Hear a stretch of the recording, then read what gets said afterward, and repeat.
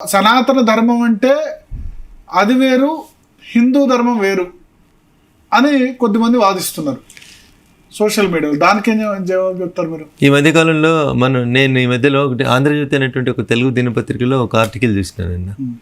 Death తర్వాత life ఉంటుందా, ఉంటే ఏముంటుంది అనే దాని మీద ఒక 5,000 మంది మీద ఒక అమెరికన్ తత్వవేత్త కొంత దాని మీద స్టడీ చేసి ఇండియాకి వచ్చినాడు అన్న. ఇండియాకి వచ్చిన తర్వాత ఆయన కూడా ఇక్కడ కూడా కొంత రీసెర్చ్ వర్క్ చేసిన తర్వాత ఒక పుస్తకం రాసినాడు. ఆ పుస్తకం లోపల ఆఫ్టర్ డెత్ ఏమైనా ఉందా అనే దాని గురించి మాట్లాడుకుంటారు. ఇది మన హిందూ ధర్మంలో లేదా సనాతన ధర్మంలో కొన్ని వేల సంవత్సరాల క్రితం చెప్పినాం.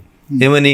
శరీరం అశాశ్వతం కానీ ఆత్మ శాశ్వతము, మనిషి తన శరీరాన్ని వదిలిపోతాడని భగవద్గీతలోనే చెప్పిండు కదన్న శ్రీకృష్ణుడు. దాన్ని ఎవరు నమ్మలేదు. కానీ ఇప్పుడు ఆఫ్టర్ డెత్ వాట్ అనే దాని మీద ఒక చర్చ జరిగి ఒక 5,000 మందిని శోధించి పరిశోధించి 5,000 మంది చనిపోయిన తర్వాత ఏం జరుగుతుందని ఎవరో ఒక విదేశస్తుడు వచ్చి చెప్తే దాని గురించి గొప్పగా అబ్బా శరీరం పోయిన తర్వాత కూడా ఇంకా మనిషి ఏదో ఒక రూపంలో ఉంటున్నాడట అనేది కొత్తగా వీలుగా అనుకున్నారు. ఇప్పుడు 5,000 మంది శరీరాలు చనిపోయిన తర్వాత ఏం జరుగుతుందని ఇప్పుడు థీసిస్ ఎవరో రాస్తే దాన్ని గొప్పగా చెప్తా ఉన్నాం మనం. మనిషి చనిపోయిన తర్వాత ఆత్మ ఉంటుంది, శరీరం అశాశ్వతం, ఆత్మ శాశ్వతం అనేటువంటి మాటని నాడు భగవద్గీతలు చెప్తే మనం పట్టించుకోలేదు దాన్ని. ఎందుకంటే సనాతన ధర్మం కాబట్టి.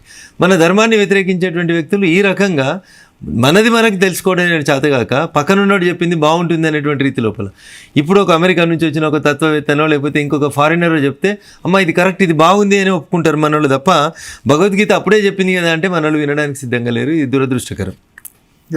ఒకటి ఇక్కడ కొద్దిమంది ఏం ఆర్గ్యుమెంట్ తీసుకొస్తున్నారంటే సనాతన ధర్మం అంటే సతీ సాగమనం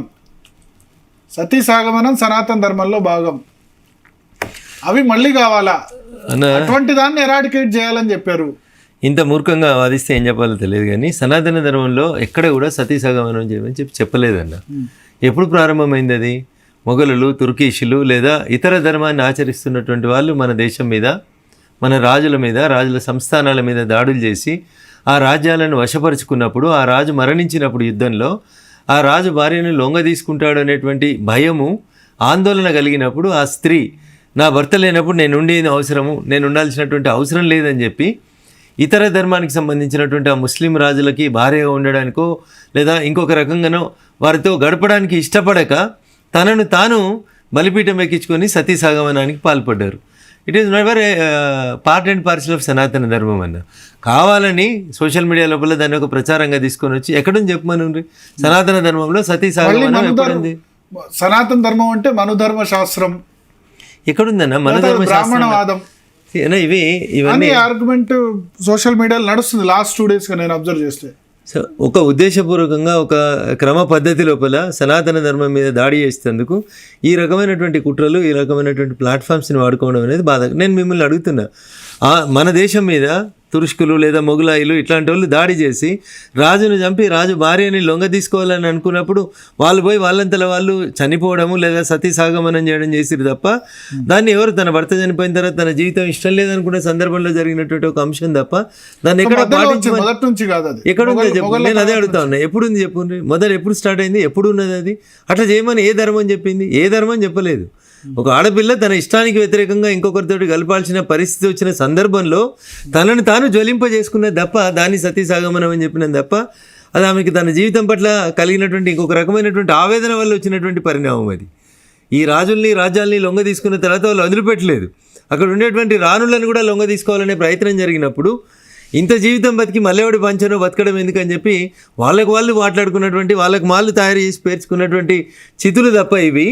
ఇది సనాతన ధర్మంలో ఎక్కడ చెప్పిన చెప్పుర్రి, మన ధర్మంలో ఎక్కడ చెప్పిన చెప్పుర్రి. లేని వాటిని తీసుకొని వచ్చి ఉన్నాయని చెప్పి ఆర్గ్యూ చేసి ఏదో లేని దాన్ని అపోహలు క్రియేట్ చేసేటువంటి ప్రయత్నం తప్ప ఇంకొకటి కాదు. మనుధర్మ శాస్త్రంలో శూద్రులకు విద్య అవసరం లేదు అలా ఇవన్నీ కూడా నేను మళ్ళీ చెప్తా ఉన్నా మీకు.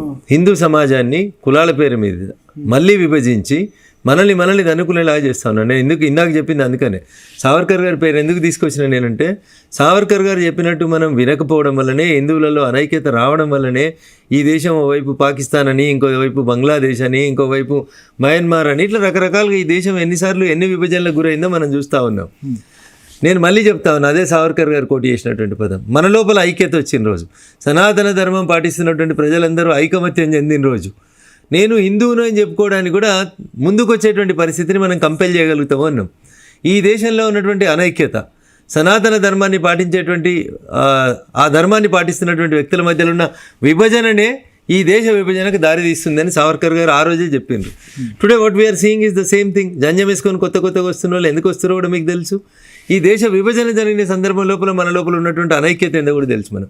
అందుకని నేను మీ ద్వారా హిందూ సమాజానికి లేదా సనాతన ధర్మాన్ని పాటిస్తున్నటువంటి మిత్రులందరూ కూడా నా విజ్ఞప్తి, మనం యునైటెడ్గా ఉంటే ఏదైనా జరుగుతుంది.